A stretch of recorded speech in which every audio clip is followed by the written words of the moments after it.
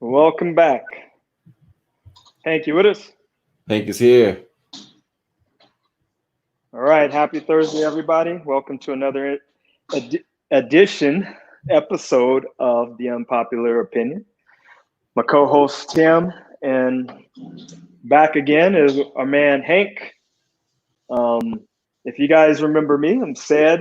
Just a brief rundown, a little bit about me. I am a military veteran and retired 15-year law enforcement officer. Background is my undergrad actually is in criminal justice. And right now I am in a Master's of Legal Studies program at Sandra O'Connor Law School at Arizona State. So how you all doing today? Doing good. Hank, if you want to do a brief, reintroduction. I know you've introduced yourself before. Oh man, we're not hearing anything. I can't hear anything you're saying, Hank.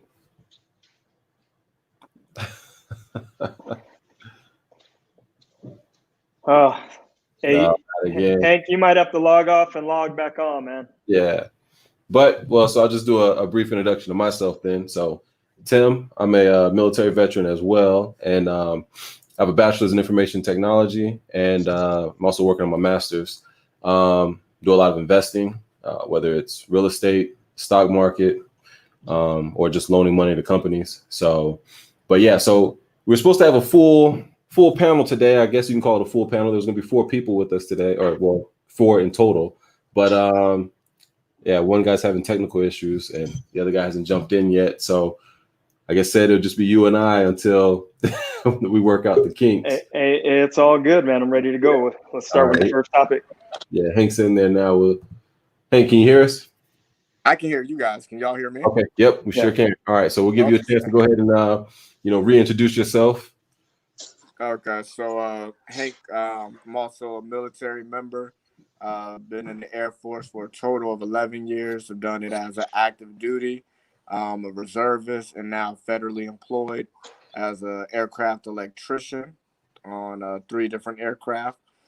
And outside of the military, I'm a family man, and I run a vlog, amateur vlog. So you can find that on YouTube, Press Presley. Yeah, I'm gonna put your link when I actually edit the video. I'll put your link in there too. But all right. So the first topic we're gonna talk about about Trump's comments on with disinfectant. So, Hank, what are your thoughts on that? Do you think he was serious about it? Do you think people have overreacted with it? What do you think?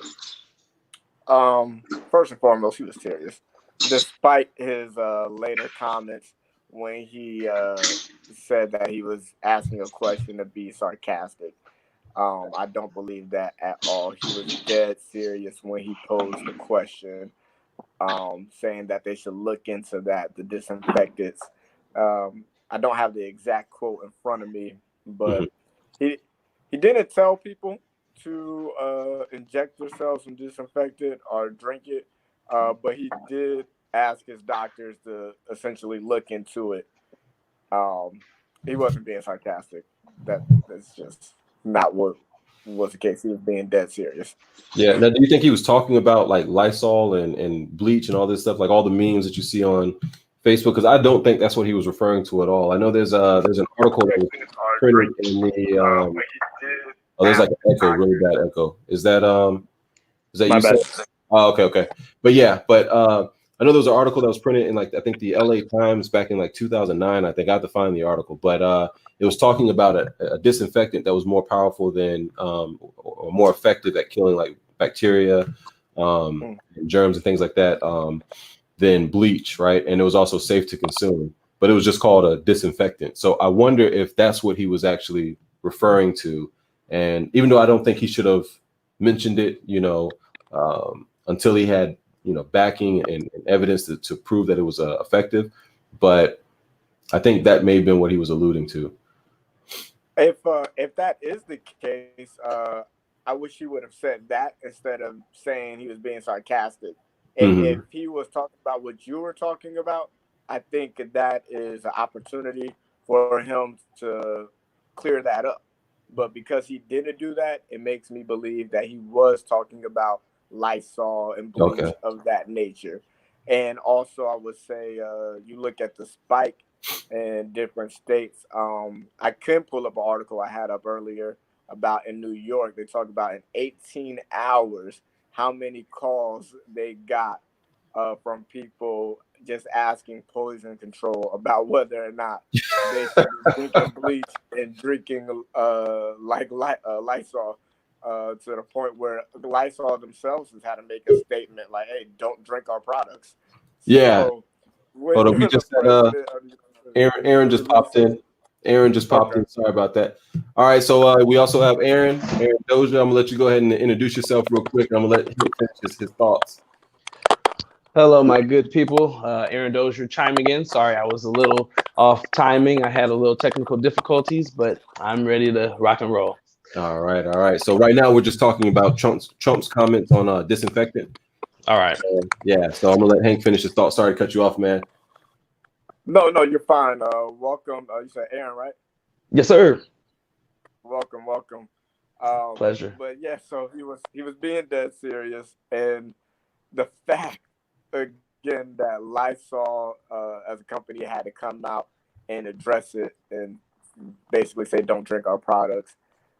You're the leader of the country. Whether some of us like it or not, that is his position, and he has a responsibility to be more careful with his words. And then lastly, I would say people also need to use common sense. Yeah. Yeah. All right. Said, what do you got? And then I'm gonna go to you, Aaron. All right.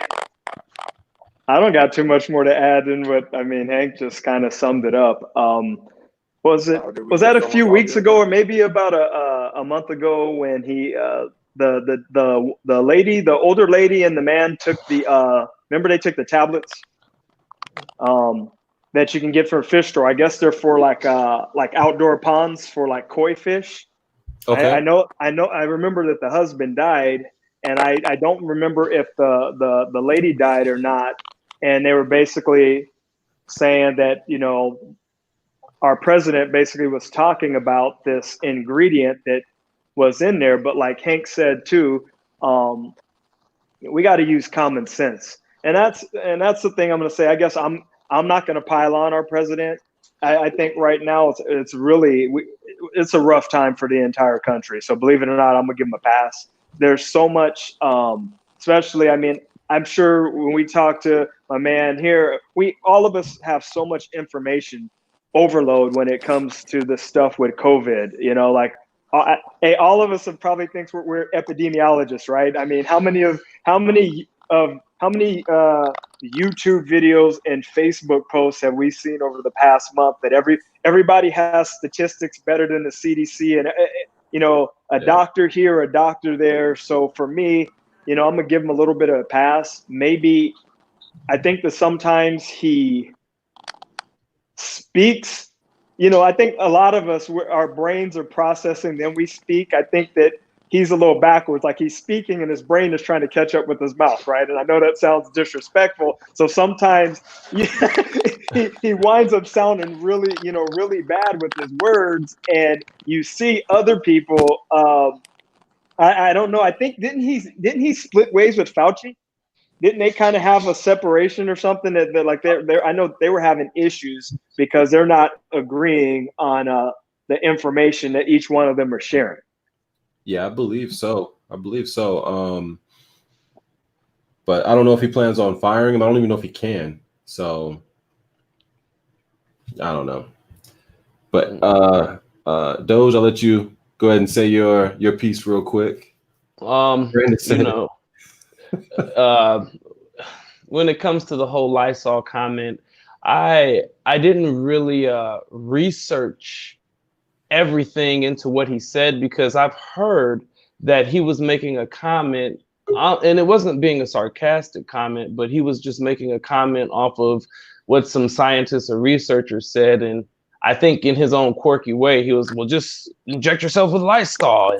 And that's what the gist is, what I've heard. You know, I didn't actually listen to, I mean, he said a lot of bogus things. And, you know, sometimes people need to stop being so literal with the things that President Trump says, because, you know, he does say things that might not be of the best interest of the people. But I do think that I think Cedric had said it, I'm not going to ride him for this, because people do have to use their own best judgment. And just because President Trump said to do XYZ doesn't mean you should go out and do XYZ.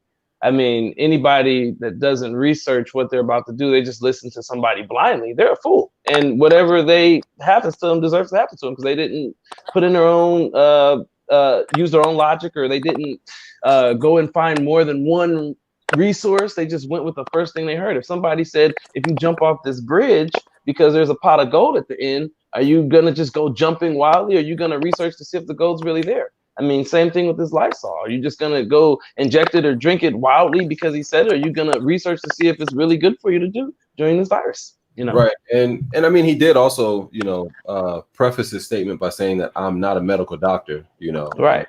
This is just a suggestion. I know you said you haven't seen the clip yet, but right. At the same time, I agree with you guys. I think that, you know, in his position, he shouldn't have said that. He should have had that conversation behind closed doors with, you know, the actual professionals. And then if that was actually a suggestion that was something that's viable, then you say, okay, cool, let's explore this after we've done the right proper testing, and the right individuals say it. But yeah, like Cedric said, yeah, I wouldn't talk bad about him, because he's still the president. I still want him to succeed, because if he succeeds, we all succeed. You know, if he fails and makes the country look bad, then we all look bad, you know? So, but yeah, Hank, can you hear Aaron? I can hear Aaron, and I can hear you. Okay. I was having difficulty hearing Cedric. Okay. All right. Yeah, Ced, you still there? Okay. Yes, I am. Can you guys hear me? Yeah. So now we'll go into the next. You said, can you hear him? Can you hear him, Hank? Yeah, I can hear him. Is anyone else getting static? I am getting static. Yeah, I think it's probably because, Hank, I don't think you have headphones in, so I think you're getting feedback. Yeah. But all right, so we'll go into the next topic. So, what decision would you make if you were in charge? This is regarding to opening back up. I know there were a couple people out here in California that went to the beach last weekend. I think Georgia opened back up. I think parts of Florida opened back up. There are a few other states that are opening back up. So in Georgia, I read an article saying that there was actually a spike of like 623 cases since they opened up. And hold up, I'm gonna have to mute Shaw real quick. There's a lot of feedback from yours. But yeah, that there was a spike in of 623, and then I don't remember how many deaths. It was a low number for the deaths. But so what do you guys think? Do you think it's too soon to actually open up the states? Ced, what do you think? You know, we kind of touched on this. I think it was one of our first episodes, and you know, I was diehard. Hey, we need to ride this out. Do what the government says. You know, they're making the best decisions for everybody. And now maybe I'm having a bit of change of heart, where I have an understanding for those people who are private business owners, people who are not government employees.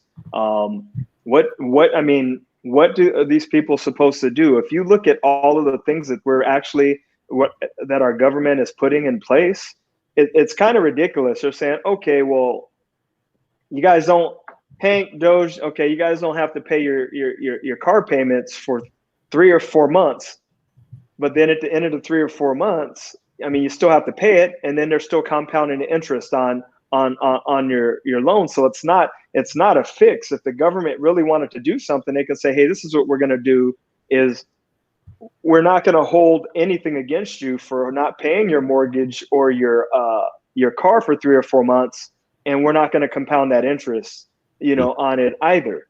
$1,200. I mean, those of us are, you and I are in California. What is, right. $1,200 is not doing anything. I don't know where my man Doge, are you in Cali too, or? No, I'm actually at Cleveland, Ohio, and okay. it doesn't really do much here either. Yeah, so I get it, where I see all of the frustration from everybody in the posts and the anger towards our government. I'm torn to where I go, okay, I think that maybe we should open essential things. I don't think that we don't need to go play basketball in parks and beaches, but I do think people should probably be able to get their businesses, running and things like that. Because the reality too, I was listening to and I can't remember the doctor's name. There were two of them, and it's basically saying with keeping everybody in the house all the time, what it's doing too is now there's not going to be a whole lot of immunity to it, right? It's kind of like, even though it's like a stronger flu, you're getting it. Unfortunately, yeah, there are some people who are going to pass away, God bless their hearts, but say that those of us, we get it, God forbid, but now our bodies kind of build up the immunities, and now our bodies are used to seeing it. With us sheltering in place and it being gone, because I don't know if you guys heard, they're talking about maybe October, November, this coming back, coming back even stronger. And now we haven't been exposed to it. I mean, I don't know, those of us who are not sure, because I don't know if you guys seen the newest CDC guidelines, man, there's like 9 symptoms. Now they have leg cramps, and I'm thinking, man, about a month ago, I actually want to go get tested, to be honest with you. About a month ago, man, I was having I was having horrible leg cramps, and I had no idea what was going on. I had a sore throat, but not like really bad. And I do like a lot of natural stuff. I don't take a whole lot of medication and things like that. And I don't really get sick. And man, I had like a sore throat for like a week or so, and I couldn't get rid of it. It was just really weird, and my legs were killing me. So I know I got a little bit long-winded on what I was saying, but I understand I understand the frustration of everybody wanting to go back to work. Like I said, those of us who are retired or those of us who are government employees, we're in a good position right now, but I think it's time that we actually have to start looking out for other people as well. Yeah. And so, Doge, what do you think out there in Ohio? How are things? Are you guys actually on full lockdown, or is it just? Well, out here, yeah, we're full lockdown as well. A lot of businesses might not recover. A lot of your smaller businesses, restaurants, your mom and pop type shops, some of your smaller rental places, car loan, all those type of businesses, they're pretty much, if they're not connected to a major distributor or a bigger business per se, if they were kind of self-operated and self-owned, true mom and pop, they might not bounce back from this.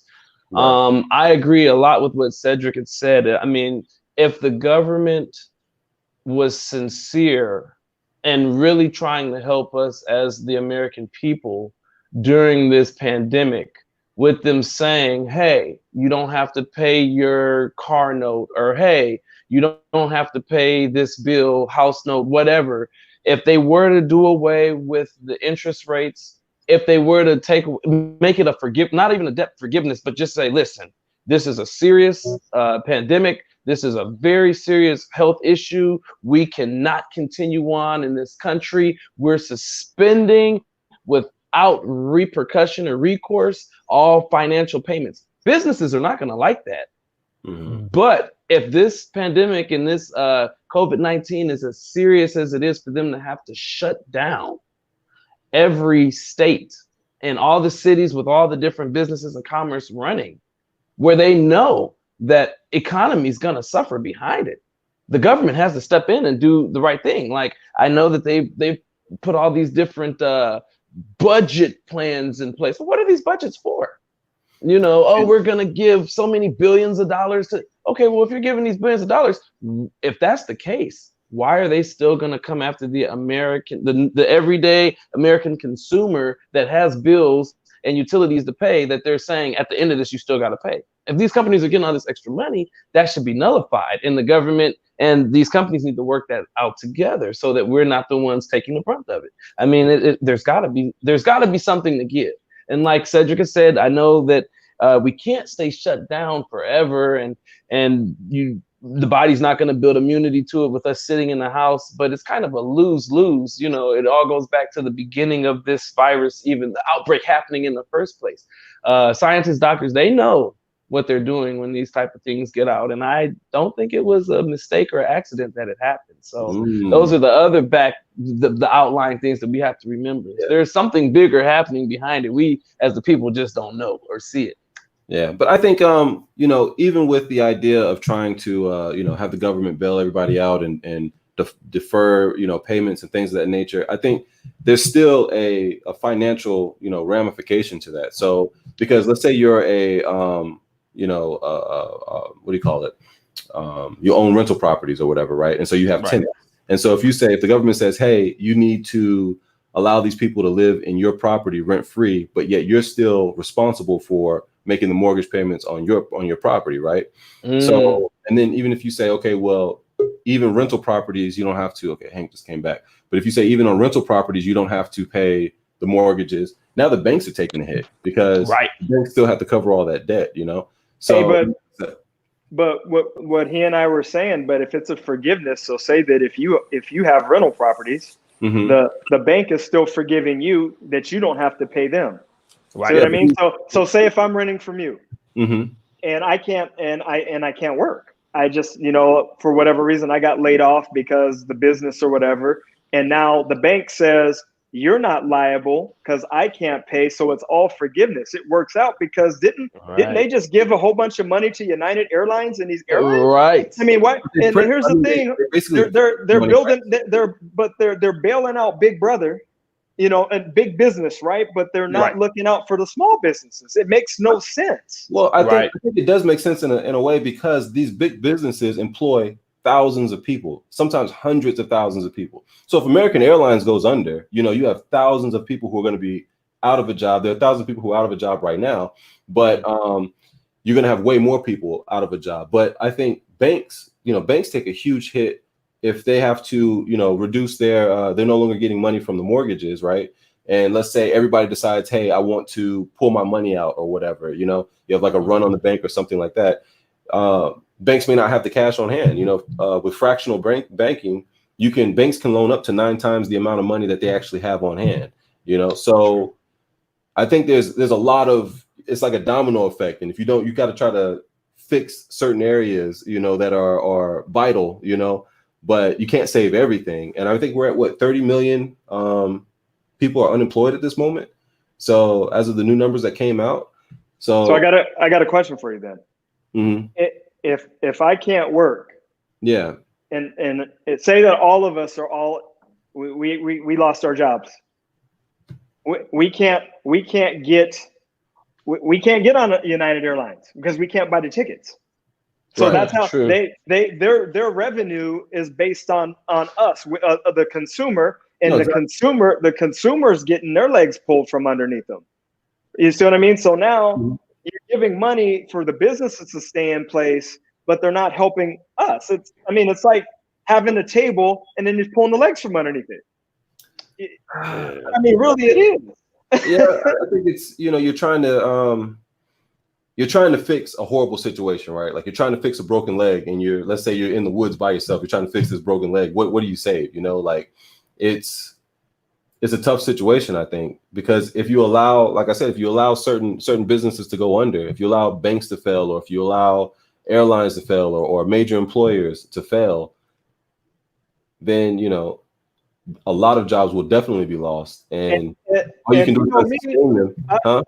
I'm pro-government. You guys know, Hank, you remember the first time we did this, I served my country. I did, you know, 25 years of my 50 years on this earth have been for the government, but I can feel for these people that I know who are private business owners. I've always said, man, I am a very objective person, and it's just not seeming right that all of these people, hey, you stay at home, but we're going to let certain businesses, you know, hey, Doge, you got to close your business, but we're going to let Walmart and Target and those businesses open, but you can't open, and you can't abide by those same policies. Why can't you go, okay, I'm going to open my business and I'm going to only let 3 people in or something like that, whatever it might be. So what's Kevin saying? Worry about the shifts.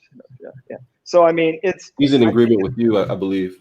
I think it's horrible because the government, and it's crazy because in my class, I was actually reading, when you start reading stuff on the Constitution and you see these little amendments and things that are put in place, these articles that basically, it's crazy. I don't know if anybody's ever really taken the time. There's these little articles in there that basically say, hey, you know what? During certain times, the government, we can come in and we can just make a decision what's best for everybody, regardless if you like it or not. But they take your property with eminent domain, but Kevin's, like my man Kevin's saying here, it's problematic, and I think that if people want to stay at home, if they are having issues or whatnot, then okay, you choose to stay at home. If employers say you got to come back to work, and your employer forces you back, and you wind up getting sick, then I guess your employer has to deal with those ramifications or whatnot. If you could technically sue the person, I don't, as far as I'm not a private business owner, so I don't know how that would, work. But I think that we have to start letting people start to get on with our lives. I mean, we're going to stay in the house. No, I definitely agree. And I mean, you look at countries like Sweden where they didn't lock down at all, and they have the lowest cases, or some of the lowest cases in all of Europe.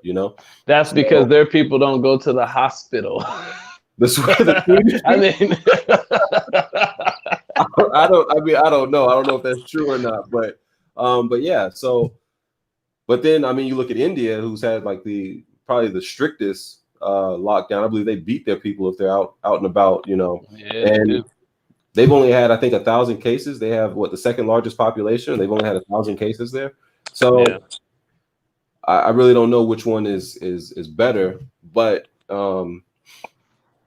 I agree. I think we should go back to work. I think if you feel safe or if you feel scared to go back, then maybe you should stay home, but I would just let everything open up. I think out here in California, they need to go ahead and open things up, get businesses going again. I'm pretty sure you guys want that out in Ohio as well. So I know a lot of people are protesting, and I think it's going to get even worse. I think the protests will eventually turn into riots if people aren't allowed to go back to work. It's true. Yeah. But all right, so we'll go ahead and jump into the next topic. Hey, were you able to get that? We were able to get that video to play, or? I can't get the audio to play. I can bring it up, though. We can still talk about it. Doge, did you hear about there was a guy out here? Well, I'll let you tell the story or tell it. Okay. So basically, Rancho Cordova, which is Northern California, I believe it's up by Sacramento area. Okay. This 14-year-old kid actually has an adult buy tobacco for him, right? A cigar. I don't know if not the FBI, if the police were doing some type of operation or whatnot, but somehow they contact the kid. They know he has it. The kid obviously, and he goes back and he admits, hey, you know what? I did act, a certain way towards the police. I wasn't, really nice and kind of resisted a little bit, right? He resisted. He resisted. Okay. He didn't want to go along with the program. But keep in mind, this is over a cigar as a police officer. So Tim and I, we were actually discussing this a little bit, going back and forth, and our opinions are a little different on it. He's going to show the video because I think this just happened the other day, right? I think so. I can try to pull the video up, but like I said, I think the video should play, but the audio, and it's only 15 seconds of it. Okay. And I'm usually pretty good because I was a defensive tactics instructor on our department. So okay. I'm really big on like Fourth Amendment, search and seizures, use of force stuff. I try to, I pride myself, and that's like my bread and butter. And so when I watch videos like this, I can say, well, I can put myself in the shoes of that officer because I used to be a school resource officer. I understand. And I'm a muscular dude, but I mean I'm only 5'8". Muscular. Hey, before the pandemic, I had to stay in the house. I was around 180. Hey, I understand. I've lost too. So dealing with a lot of kids and dealing with a lot of dynamic situations, I look at, listen, as an officer, you always have to be practical and you have to look at each individual situation, right? Right. Of what you get yourself into. And are you able to pull it up? Because I want to kind of break it down. And Yeah, I'm as trying to. It's going a little slow, but I'm trying to pull it up. I'm trying to get the clip. But see, the only thing about like 15-second clips and 10-second clips is they can be very misleading. If you don't have all the information and all you see is a clip and no context, I think it's misleading. But I haven't seen it, but let me kind of guess here. I'm assuming that all it shows is the officer beating on this little 14-year-old I kid. think so, yeah. Yes. Yeah. Like you said, I see a lot of clips, Facebook and Instagram, YouTube, and they're always just the part where the cop is wailing on the person or just beating them down. It never shows what the person did or that 20 seconds before that 15-second clip. And so, Cedric, I already understand where you're coming from. Tim, I know how you feel as well. People have to be compliant. The cops, I'm not saying that cops are right all the time or wrong all the time. There are situations where the cops are overboard, where people don't deserve what's happened to them.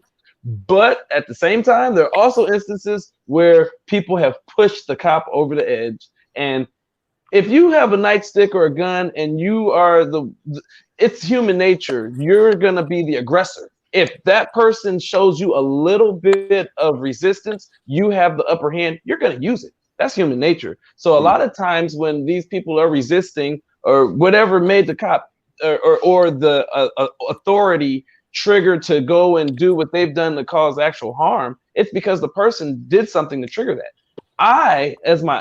From my own personal interactions with police, any government official, anybody of authority, I have never had an issue because I've always been compliant. And I've done some pretty illegal stuff in my younger day where maybe I should have been in jail or maybe I should have been shot by the cops. But I've never, okay, I see the video happening now. Like, yeah. I've never not listened to what the cop said. If the cop said, get on the ground, I don't care if I'm right or wrong. I'm getting on the ground because he is the authority and he can apprehend and do more than I can do back to him. So that's where I think these teens are. This is also a little bit of it kind of gets into the defiance. Our youth of today, they don't like to listen to authority anyway. Right. So you have this cop telling him to do something. He's already, I'm not going to do what that cop says, and the cop's going to apprehend him. Hey, were you guys able to see the video? I saw that clip, and it just showed the cop beating on the kid. So, you know what? I'm going to go last because I want to hear Hank go in real quick because I'm going to go on a long soliloquy about this. So I'm going to let Hank go in. Okay. I couldn't really see the video. I haven't seen. I'll try to bring it up again. Yeah, let me see if I can see it a little clearer. Yeah, I'll share it on the full screen. Okay. I got it. Okay. You guys see it? So I see him. Okay, yeah, I'm looking at it now. Oh yeah. And how old is this kid? 14. Okay. So there's a lot of things that come to mind. Context, as you guys already mentioned, we don't know everything that's going on, what led to it escalating this far. But I do think both parties need to be responsible. If me as an adult, if a 14-year-old kid does something to me, I don't like it, I punch him in the face, no matter what the 14-year-old kid did, I'm going to get in trouble. Mm-hmm. Like, that's just a fact of the situation. When you're an officer of the law, I think that rule should still apply to you. Of course, I mean, you do have to defend yourself. In all means, I'm not trying to take away anyone's right from defending themselves, but from what I could see in that short clip, looks like the officer is on top. He's in control. At that point, he's big enough to restrain that 14-year-old kid. If you have to use any more force than just being on top of him, there's bigger issues afoot. So I think the officer is wrong, no matter what the kid did leading up to it. because if you take off the uniform and let everything else play out the same, I just don't see anyone in their right mind saying it's okay. So the fact that he's wearing a uniform shouldn't make it okay. It should make it worse. Yeah. So now in the article, one of the things that they talk about in the article is that the police officer initially, approached him after he saw the exchange, and so the tobacco being exchanged, right? So he approached him. The kid admitted that he lied to the police officer, and then he admitted that he initiated getting physical with the police officer, right? So the police officer tried to detain him, and then the kid either punched him or did whatever. I don't know what he did when he says getting physical, but he was able to knock the handcuffs out of the police's hand. So the police then tries to detain him on the ground and waiting for his partner to come. So, I mean, I get it that the kid is 14 and the police officer is way bigger, but I think also there comes a point where, like you were saying, Doge, if you don't respect authority, if you don't respect the police officer and you assault a police officer, the police officer doesn't know if you have a weapon on you. He doesn't know if you have a knife on you, if you have anything. So it becomes, I'm not a police officer. I've never been a police officer, but from my perspective, I would assume that the police officer is just as scared as this kid may be, or as anybody may be, right? And if the argument is just going to be, well, it was only tobacco, then it's like, well, you could use that for anything. You could say, well, I got a speeding ticket, but I was only going 10 miles over, right? Or I was only going 15 miles over. This shouldn't be a big deal. Or I only stole some gum. If you downplay and minimalize every type of action, I think that becomes problematic. No, but before Shay goes, if I may, no matter what the situation is, as the officer in the situation, I feel like that's part of your job description. Again, I'm not an officer. I don't have that background, but I do think you have a responsibility to control the situation and use the required force. I'm not saying you can't be physical, but once you go, there is a line. And once you cross that line, you should be held accountable. Just as whatever the crime was done in the first place, that person needs to be held accountable for their actions too. They're not absolved of the situation. So are you saying, so what's appropriate force then? Are you saying that he should just hold the kid down while the kid's kicking and punching or doing whatever? Like, let's say the kid may have punched him in the face 2 or 3 times. Well, here. So, like, context, right? Right. I probably shouldn't have the force or things or how I deal with you for an infraction should never be the same as if you're if it's a felony. That's why That's why crimes are broken into infractions, misdemeanors, and felonies, right? Because obviously felonies are the highest degree. So as an officer, if I'm contacting you, Tim, you're a big guy, right? Definitely a lot bigger than I am. I have to be, is it reasonable? Is it really worth me fighting with you over a cigar? It's different. It's different if you're a rapist or you killed somebody. Well, so would it be justified? Are you saying it's justified if you had to engage with me and I'm bigger than you? Is it justified for you to punch me in the face then, or punch me in the chest? Depending on your actions. But I'm going to tell you this: my actions towards you, being a guy who, what are you, about 6'3"? 6'2". 6'2.5" on a good day. 6'3", look like you're about 220. My actions towards you are going to be different than a 14-year-old kid who is 100 pounds. And that's the problem. We're all grown men here. I know there's some tough kids around, but I'm telling you, ain't no 14-year-old kid whooping my ass. So Kimbo Slice, you remember Kimbo Slice, the big dude who was knocking people's eye sockets out or eyeballs out of their eye socket? You remember that guy? Yeah. He's getting knocked out in the MMA by dudes half his weight. I don't think size constitutes power. But it does as an officer, right? So this is what the law says. Penal Code 835A says an officer can use the force that's reasonable to effect an arrest, overcome resistance, and prevent escape. Hank hit it right on the head. He's mounted on the kid. If you have someone mounted, yes, the kid was still resisting, but how much can you really resist? I mean, an officer, correct me if I'm wrong, the officer looked significantly larger than him.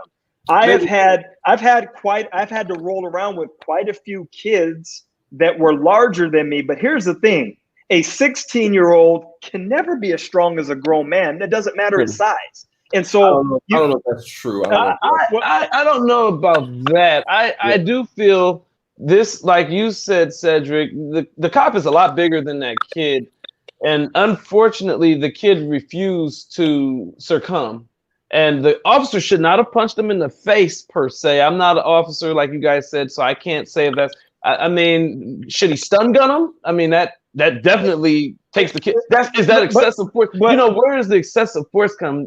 You know what I'm saying? Like the dynamics of everything always have to change. It's a difference in like this. If you were actively fighting me as an officer, right, the dynamics of that are different than when you turn and run away. I can't. Now the situation changes, right? And this is what I know because I've taken a lot of people in custody. If I'm on any one of you guys and I'm trying to get you to comply, how often do you comply if I punch you in the face? Punching people never gets compliance. I'm telling you, from 15 years of experience, you will not get anyone to comply when you're punching them. It doesn't matter what their age is. Right. When I look at that video, it looks to me that officer is not trained. And I think that's what's happening is officers. I always say that officers get themselves in trouble for 3 reasons. We're overconfident, we're undertrained, or we're unsure. When we get to the scene and somebody's acting a certain way, we need to make a decision what happens. Sometimes officers lose their lives because they don't take control of situations, right? Or they're training. When I show up on scene and I deal with somebody's Tim size, I already know that I am at a size disadvantage. So I am going to call more officers and we formulate what we would call a team takedown. We may have, and depending on if Tim has a knife or a gun, but if it's just hand to hand, then I'm going to get more officers there because I know that me going hands on with that man, if he gets the upper hand, then now I wind up shooting him. When I could have prevented that by minimizing the force we have to do by getting more officers. So that officer, he's just not operating smart. Mount the kid, he could have put that kid out just by putting body pressure on him and smothering that kid. I wondered about that. I wondered why he didn't put the kid to sleep instead of just punching him. I did wonder about that. I think we would have the same conversation. If he put the kid to sleep, I think they would have said it was. But I'm not saying put a carotid on him, but I'm saying I'm going to get you, for example, Tim, you could get somebody to stop resisting just by putting them in a position and smashing them with your body weight. You will, because you start to smash their air out. It's just, it's a control hold. But I think we also have to take into account, it's easy to, be on the outside looking in and making judgment. It's easy to say in hindsight, I wish you would have did X, Y, Z. I think when you're in the moment, it's like with anything, like even with aircraft maintenance, right? If you're going out there, you train all the time, you know exactly how to do a procedure, and then real world, you got to fix the jet right now. You got to make a decision right now, and your mind kind of goes blank. You just react, And like Brandon's saying, click on this thing right here where he says, once you establish a dominant position on someone, right, your circumstances of your use of force need to change. He didn't have to hit the kid after he was down. He didn't. But you fighting me is different than a 14-year-old. I mean, that's what I guess what is so big to me that kid is my son's size. Right. And like I told you, I know I wasn't in that situation, and every situation is different, but I have rolled around with dudes with guns. Yeah. So I'm telling you, I rolled around with the dude. It was fighting with 2 officers. Big dude, he's still trying to get the gun. I didn't punch him one time. He was on his stomach. I figured forward his legs. I came around his back and kind of got him like in a carotid. Yeah. And I told him, I said, look, if you move again, I'm gonna put you out. And he stopped. No punches. This is a big man. Yeah. So that's why I'm saying there are situations when you are trained as an officer, we're getting in over our head, and now this just looks bad. Like Doge was saying, no matter what, even Tim and I agree with you. I do believe in compliance. I preach it all the time that we need to comply, but there's a fine line as us as officers going overboard. We have to act within the confines of the force that's necessary. But when you say force that's necessary, it's still subjective to the individual cop, correct? And that's the problem, because and that's why some officers can articulate shooting somebody, right? Right. Where you go, well, that and that's problematic. If I can go, well, man, I couldn't. I'm going to tell you this: if you can't control a 14-year-old, I'm on record. You probably should not be a police officer. I'm just saying. That's exactly. Go ahead, Hank. Go ahead, Hank. That's exactly what I want to say. Like, and I want to just judge it. We're not just going to say just a 14-year-old. Let's just say this 14-year-old. We're talking about this video, and what we can see in this video. This is a skinny, tiny kid, and the officer is already on top of him. You're trying to tell me that this officer didn't have the ability to grab that dude's arms and simply just pin him down? I agree. Him in the face? I mean, he didn't. And he has a partner there on the scene. And I think the officer really just wanted to punch the kid in the face to teach him a lesson. Right, he was angry. Yeah, right. He was angry. The kid resisted. Like, the officer has a position of power. I tell you right now, I deal with children all the time. I'm a full-time dad. That's what I love to do. And my kids would get on my nerves so quick because they think they know everything. But I'm the dad. I have the position of power. The moment they talk back to me, you've already made me angry, and your punishment is now worse than what it was before. Mm-hmm. In this case, the officer probably was willing to just restrain him and whatever, sit him down on the curb. But once he got to the point that he was on top of him and having to use that much force, he was like, you know what? You already pissed me off. So I could use less force, but now I'm going to just punch you in the face because I can do that, and no one's going to hold me accountable. Right. All right. That's just and that's just off the 15 seconds, but that's just human nature. Like, you control what you can control. You can't control someone's actions, but you can control how you react.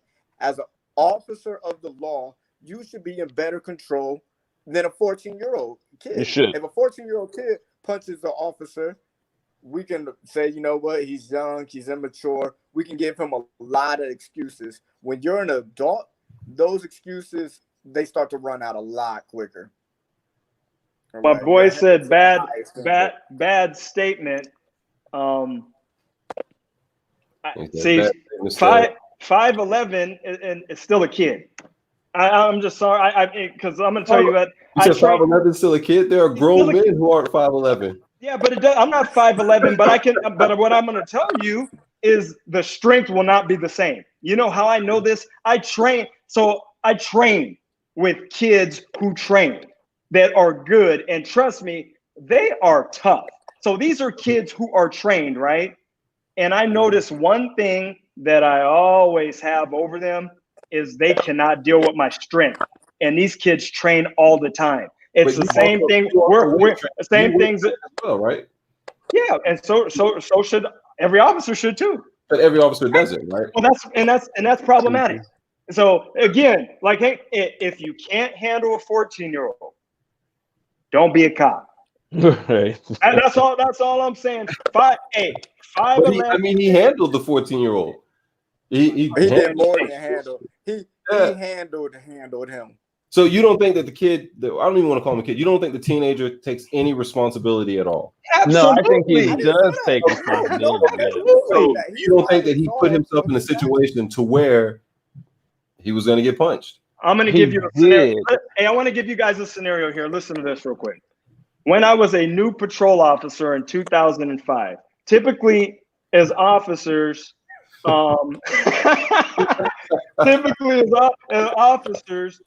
cops, we always show up late, right? So we had an armed 211, which is an armed robbery, and it was shots fired. So, and it was literally around the corner from where I was at. So they put it out. I pull out. I was typing a police report. I pull out from where I am, and the guy is right there. I mean, literally right there. He takes off. He's on a bicycle, and I just hop back in the police unit, and we go behind. We're in like an alley, so nobody can see us. We're in an alley. I'm chasing him. He dumps the bike. He starts running back towards the police car. I'm panicked now because I know he's got a gun on him, right? Mm. To me, this is a deadly force situation because he fired off some shots already in the liquor store. But Right. so he runs past me. He's running away from me. So as I get out my car, he had got around a corner and he hunkered down. I didn't see him until I got around the corner, and thankful to God, he decided he didn't want to kill me because he would have had to drop on me. Mhm. And so he's got a gun, he's armed, but he's hiding. Mm.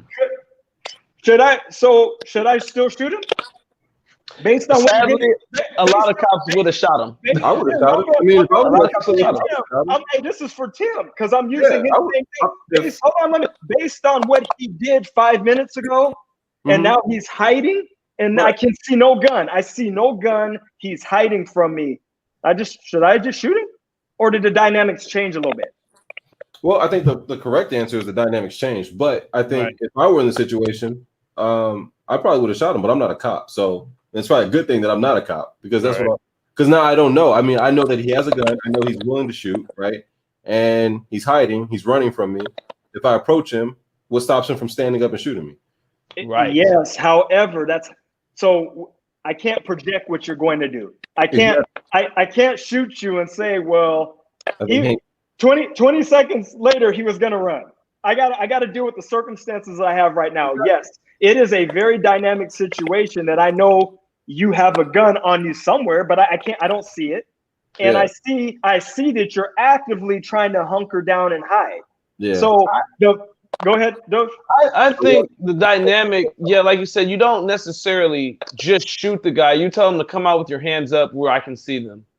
Because you already have your gun drawn as the cop. That's what should happen. And the other cop too. So at that point, it's up to like I said, the person, the suspect. They can either come out or they can stay hidden. You can't necessarily go in there after him because that could lead to a shootout. Now, if he does some overt movements and stuff, then I can go, okay. But I'm going to let Hank get Hank. So real quick, why I wanted to use that, Tim, is when you have, as an officer, you should change as your situation changes. Yeah, I can understand if this kid is toe-to-toe, like Ron's saying, and it's a bigger guy, and we're going at it, rock 'em, sock 'em. Yeah, I'm probably going to punch him. I'm telling you right now, if he punched me, but once I get a dominant position, once I get that dominant position and the kid is just pushing away or whatever, I'm not pounding you into submission. Go ahead, Big Hank. All right, Tim. Asked you a question. Okay. You responded with the correct answer is this, but what I would have done is this. Two different things, right? Well, because there's a textbook answer, right? There's a textbook answer. There's a correct answer, and there's what you would do. Right. When you're the officer in any situation, you should do the correct thing. And if you don't do the correct thing, you should be held accountable for it. If you allow your personal decision to take over and you deviate from the textbook answer, now you're wrong. Then I think it's that simple. No matter what situation it is. I think with the regulation that SED gave, where it basically is subjective as far as the level of force that you use, I think that covers you in that sense. I think that's what allows you to make the decision. Like, okay, well, I'm going to engage it this way because I've perceived this threat to be bigger than what it actually is. And you're right. Real quick, Tim. And there's a case law decision called Graham versus Connor, and it's a Supreme Court case decision that all officers are basically bound by in the United States. And that's when you go to the academy. Anywhere you go to the academy, they talk about Graham versus Connor, and it gives the officer, like you're saying, the subjectivity to determine based on a set of circumstances I'm dealing with at the moment, that you can't come back later. Basically, another example would be, somebody that had a cell phone and they were playing around and they were doing this with the cell phone and the officer shot him. You can go back to Monday Night Quarterbacking and watch it on Channel 7, and maybe the news can make out that that's a cell phone. But as the officer, you can't. So you're dealing with the circumstances privy to you during the time. And I'm not saying I understand what you're saying, but what I'm saying in this situation, and I know I kind of took it somewhere else, as an officer, we're talking about people that are kung fu pandas and all this extreme training. But once you have a dominant, what I mean. But once you assert a dominant position on someone, your dynamics of what you're doing, your use of force as an officer should always change. Yeah, I mean, and I agree with where you're coming from. I just think that he didn't have control over the situation. The guy was still, resisting and still. How do you not have control? He's on top of him. How much more control can you get? Even if you're on top of somebody, it doesn't guarantee that you have control over it. I mean, you see it all the time in fights. You see it all the time in any type. If I'm on top of you and you're able to get from under me, get from out of my control, you're fighting, resisting, pushing away, and you're able to get out of it. I'm not in control. Yes. Now, if I can hold you down and you're not able to move at all. If that 14-year-old kid demonstrates the ability to get from underneath you, then you change your method. But until he shows you he can get from up underneath you, you're in control. You're in control until you're not. And he was in control. Tim, to finish this off, I mean, this isn't the UFC, so it's not time. Right. You have to remember, as an officer, or even in a fight, time is on your side. So a fight, I mean, anyway, all of us are grown men. If any of us are getting into fights, we should be defending ourselves. So it's defense. So you're defending yourself. So I'm going to give you a perfect example. If I have to mount somebody and I have to sit on someone until more officers get there to get into a handcuffing position. Say that I was sitting on that kid. I would have went heavy on him. I would have controlled him and smashed him. And if he was so much of a problem that I figured, okay, if I tried to move to another position, he'll get away, I will sit right there and I will just wait for backup officers to get there. Because that's what that does too, is that minimizes danger and damage to the suspect. Now I don't have to punch him because if I see that I can't control Doge or Hank, then I have to understand what I'm getting myself into. Maybe I shouldn't be rolling around with someone I can't control. I mean, I guess. I think we're focusing on the age of the kid, or the teenager, and we're assuming that because at this age he can't have the ability to be stronger than an adult, which is completely untrue. I like what Hank said. We have 15 seconds of video that saw that officer was in a dominant position. It wasn't even 15 seconds. It's only like 3 seconds. It's a loop. It's a little 3-second loop. So we don't know. But he gets in. He punches the kid. He makes 2 horrible attempts to punch the kid in the face, and then you see him whip him around and get his arm behind him. So he had control. Maybe those 2 punches what helped him get control is all I'm saying. I'm saying that we don't know the full context. We're debating a 3-second clip. A 3-second clip, guys. So that's what you asked us to do. Like we have no idea what happened, how long that whole altercation may have lasted. That's all I'm saying. And I think that personal responsibility comes into play. And at some point you have to say, okay, well, if you make a bad choice and the outcome is you get punched in the face, he didn't die, right? He didn't break anything. I guarantee he won't do it again. I feel like the lesson was learned there. I don't think. I feel like I'm suing the cops. You can sue the cops. There you go. You can sue the cops, and maybe you win that case. In the face. Yeah, maybe you win that case. Maybe not. Or maybe the kid goes to jail. I don't know. But I don't know. But let's see. We'll. I don't know if you guys have anything else you want to say on that. I feel like we got it to death. But we'll throw something lighter in here. Kind of like the cop did to that kid. Oh wow. Anyway, I'm gonna throw something lighter in there. What is the best sandwich? Any type of sandwich. Well, from that cop, it's a knuckle sandwich. No, I'm teasing. I don't know. It's regional because out here our way we got a Roman burger, and that's a pretty nice sandwich. It's got salami, beef, and it's got some type of other Italian ham with Swiss cheese, lettuce, tomatoes, and onions on a rye bread. Okay. So Jesus, that's a good sandwich. Sandwiches, this thing. oh yeah, this is one of my favorite sandwiches of life, by the way. Yeah. Okay.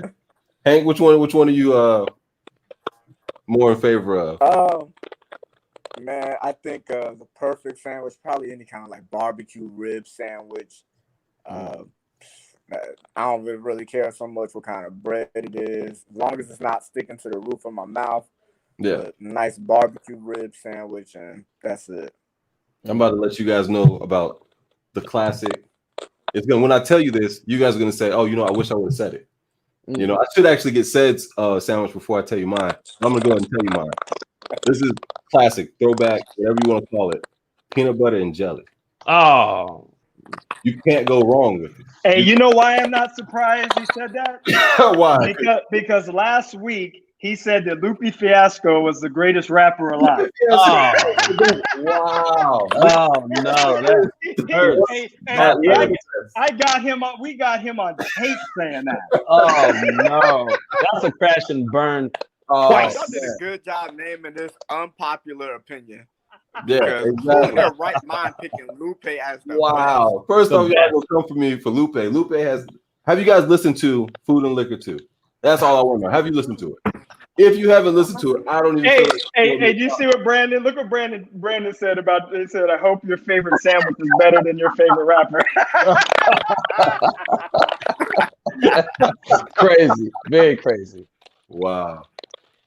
I'm simple on my sandwich. I've been growing to like this, like the meatball sandwich from like Jersey Mike's. Oh, a meatball. Okay. Yeah, that I like Philly, the Philly cheesesteak, and then I'm kind of simple, man. I like just a basic turkey and chicken sandwich. Okay.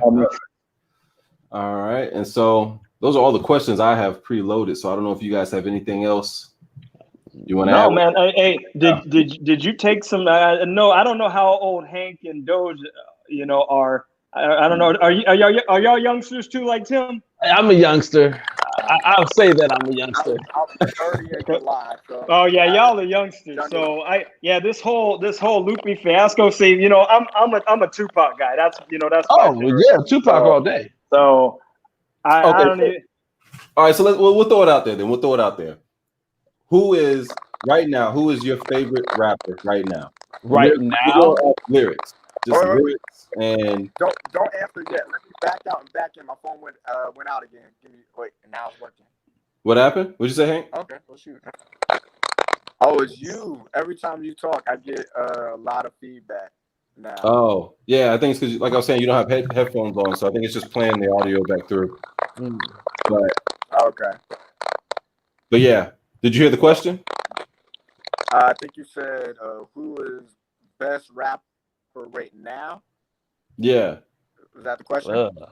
Right now, who is your favorite rapper right now? If you had to listen to one album over and over again for the rest of your life, who are you listening to? It doesn't even have to be a rapper, honestly. It could be any musical artist. We'll throw it that way. Man, that's a very hard question. Mm-hmm. It's supposed to be. I asked the tough questions, man. Man. That's two different questions, though. Eminem's dope. Yeah, it was two different questions, right? It was. All right, so we'll go with the main question then. Just your favorite rapper right now. Right now. Yeah. Okay. I'm about to say Jay-Z. Jay-Z? Not even so much for all of his music, which is great in itself, but I'm looking at him as a whole person, and I like a lot of the business things he does and different things he tries to do for the community. So I'm gonna have to go with Jay-Z as a whole artist, entertainer, businessman, everything he does.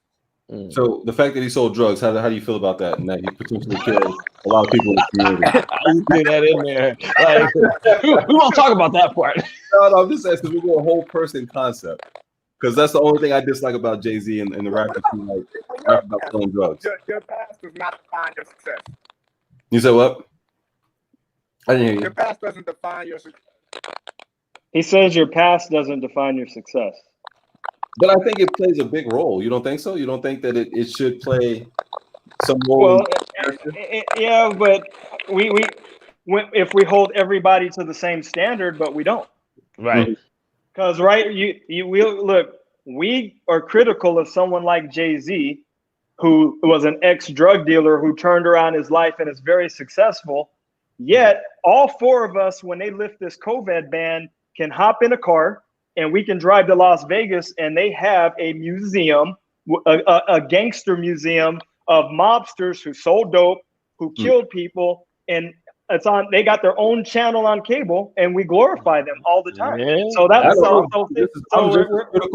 we're hypocritical. I'm just as critical of those individuals. You know, like I've never been to the mobster museum in Vegas, and I don't watch the show. I still think that I don't know. I just so last week though, Tim thinks that you should get the death penalty too if you're cleaning your gun and you accidentally discharge your gun and kill somebody. He thinks you should ride the lightning on accidents too. Oh no, I don't know about that. I wouldn't take the death penalty. But favorite, I'm sticking with Pac. That is my all-time favorite. But right now, I would probably say, like Brandon, I like Eminem. I think Eminem is cold. All right, I those are good choices. I'm gonna break it down. Mine is, and it's not just because he's my favorite, but I listen to his lyrical content. Ludacris. He's very silly, but yet he's got great punchlines. But yet anything that he raps about, you can always be like, oh yeah, that sounds good. You know, he's a very solid rapper. So I'll say Ludacris for mine. You know, and you don't see him in the public eye a lot. You know, if you wanted to go on that realm, I don't know what he did in his past or whatever, but he just makes good music, and it's good, feel good music. So actually, you know, it's funny you said that. I like Ludacris. You know who my sleeper is? My sleeper is T.I. I like T.I. Yeah, T.I. can rap. T.I. can rap. Back in the day, T.I. back in the day, but I think he's a hypocrite now. I think now he's just the biggest walking contradiction out there. I don't know if you guys saw the Revolt TV.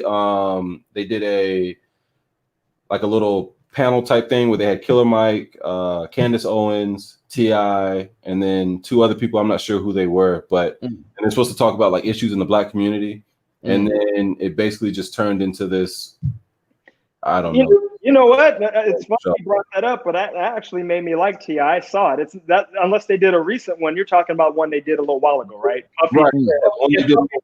Puffy put it on, and so what I'm able to do is I separate some of the stuff. Of course, T.I. has been in trouble and things like that, but I don't look at it. And if you listen to what he's talking about, he actually is making sense, man. He wants things right. You know, when he's talking about money, what did he say that you agree with? Gosh, I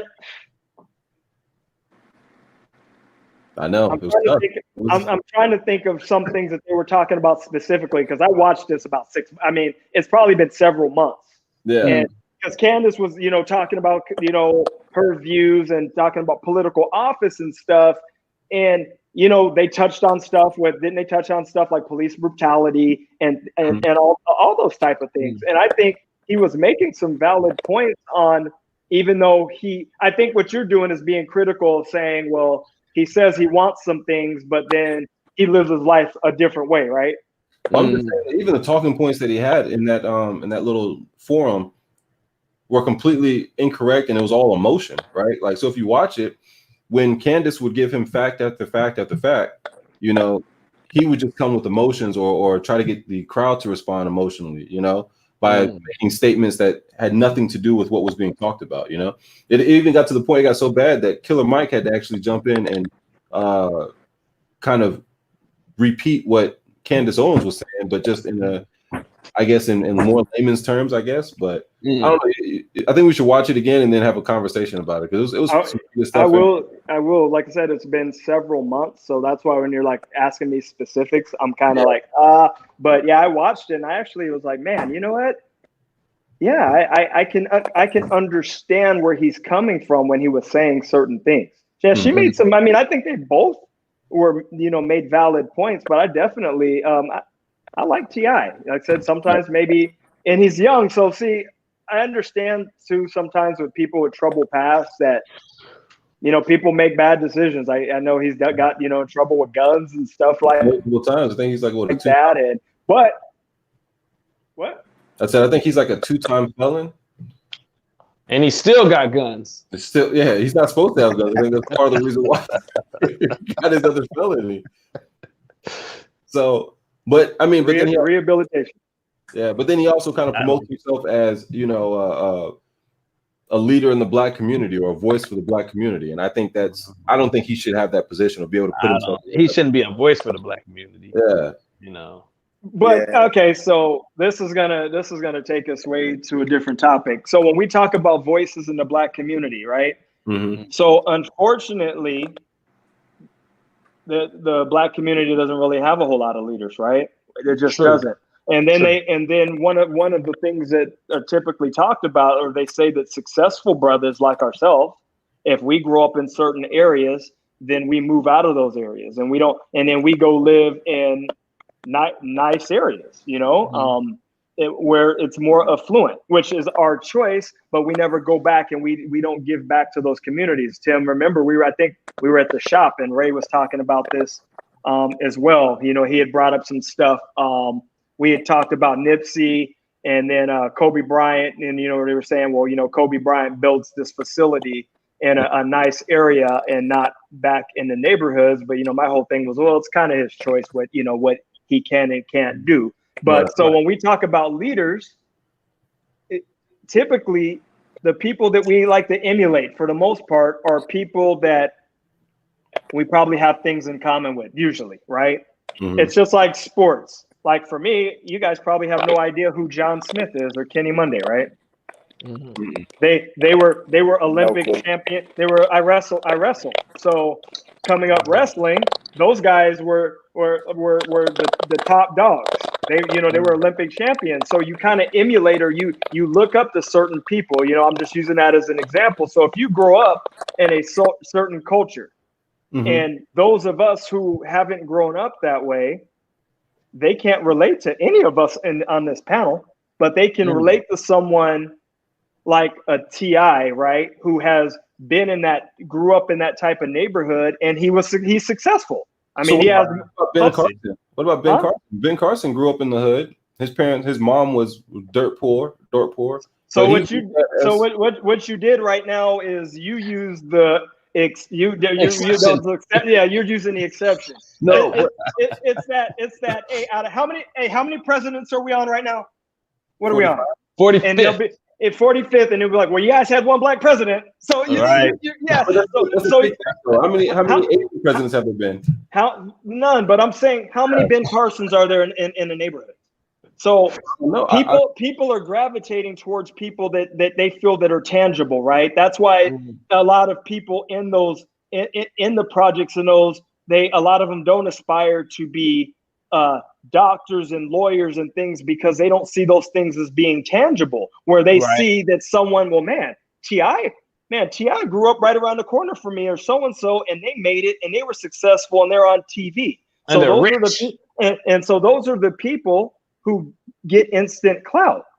You know what else too, Cedric? Not to cut you off, but to piggyback, another thing that gives the leadership is in the spotlight already.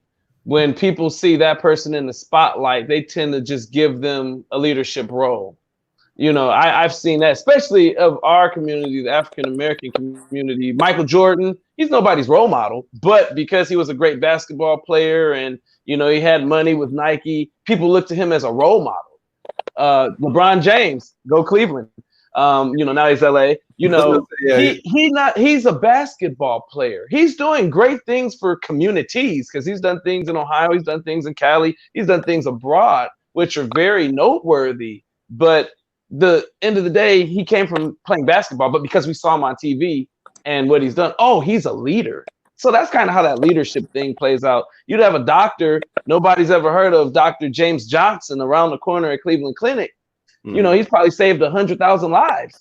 He's never going to be given that true ability to be a role model leader abroad, because nobody's seen him in the public eye. Right. So and I think it's more of, we don't consider those individuals to be cool, right? So I think there are a lot of black doctors. There are a lot of, successful black people. There's black astrophysicists. One of the world famous astrophysicists is Neil deGrasse Tyson. I mean, he holds a town hall and everybody comes to listen to him talk about, astrophysics. So, cool. Or even Thomas Sowell, a world-renowned economist, but I feel like they get no credit because they're not doing anything illegal. Like they don't sell drugs, or they're not playing sports, or they're not dancing and singing, and I think that's horrible for the community, but I don't know. I think even if they come back to, like, even when they try to come back to the community, they're just not accepted. But I guess celebrities will always win out on everyday common folks like us. That's all you can say about it. It's sad, but it's Yeah, but I don't know. Sid or Hank, you got anything else you guys want to say? You want to add? I'm trying to stretch it out a little bit. We're at 1:15 right now. Oh. No, I'm good. It's been a pleasure. I'm hoping next time I get on, I'll have some better equipment and won't be running into some of these technical issues I've had today. Okay. All right. Yeah, I think if you're able to use headphones, we won't get the feedback, Okay. Yeah. But all right, man. Appreciate having you on. Those, you got any last words? If I start coughing, I won't use bleach. I'll use ammonia. No.